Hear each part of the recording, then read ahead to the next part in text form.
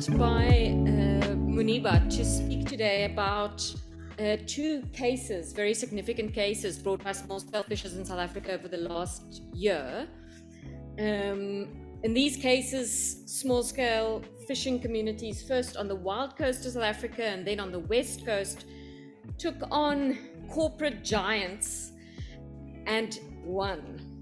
The first was the wild coast communities who took on the multinational oil giant Shell, and not much later, the west coast communities took on Australian company Searcher, who has Shell and Total and others as their clients. And both Shell and Searcher wanted to do seismic surveys off the coastline of South Africa to look for oil and or gas.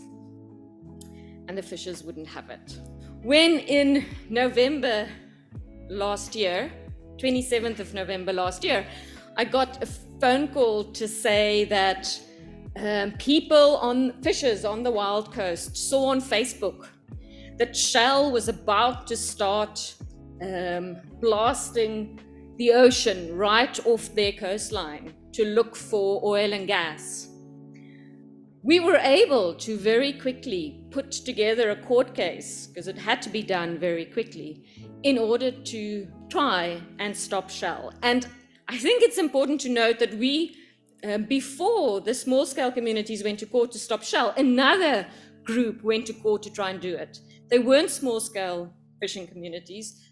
Some of them were fishers and environmental groups, and they said, well, rightfully, that they had environmental rights that stood to be violated, and they had the right to due process. But the court threw that out. Weeks later, the small-scale fishers came to court, and after 20 years, they knew exactly what rights were being violated on their behalf. Yes, the right to environment, the same as every other South African. Yes, the right to due process, but also the right to their culture, also the right to food, also the right to equality. And in the face of those extraordinary, strong arguments around fundamental rights being violated, the court stopped Shell from going ahead with their seismic survey, despite the fact that Shell told the court they stand to lose hundreds of millions of rands. The court said, I can't take that seriously in the face of the violation of such fundamental constitutional rights.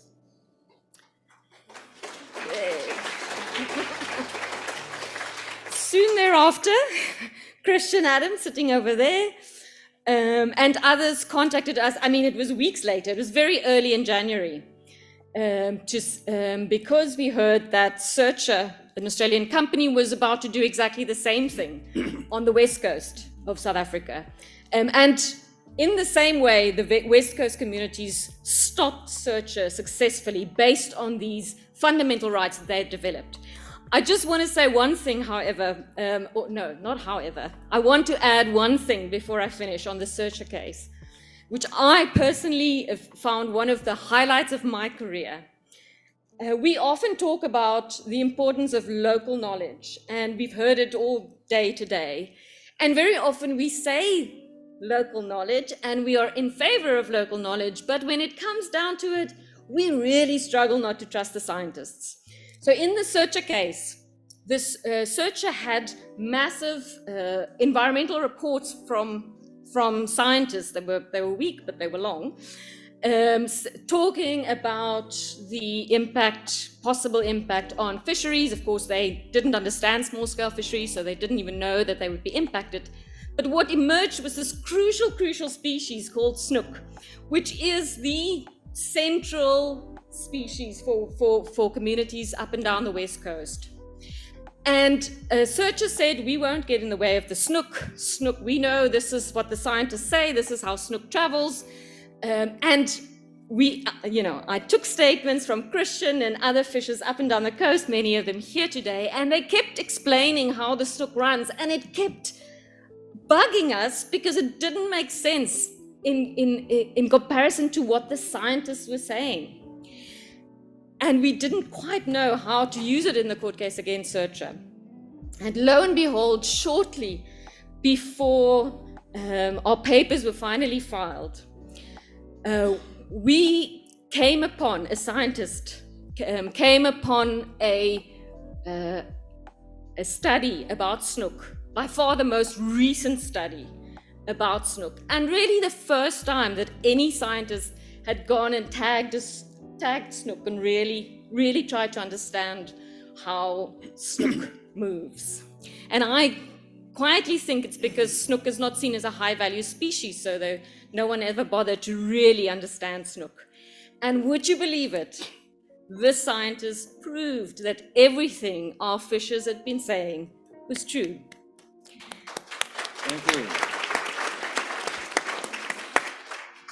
And to my mind, that was the absolute key to why we won that court case. And even halfway through, they offered to stay 90 kilometers or something off the coast.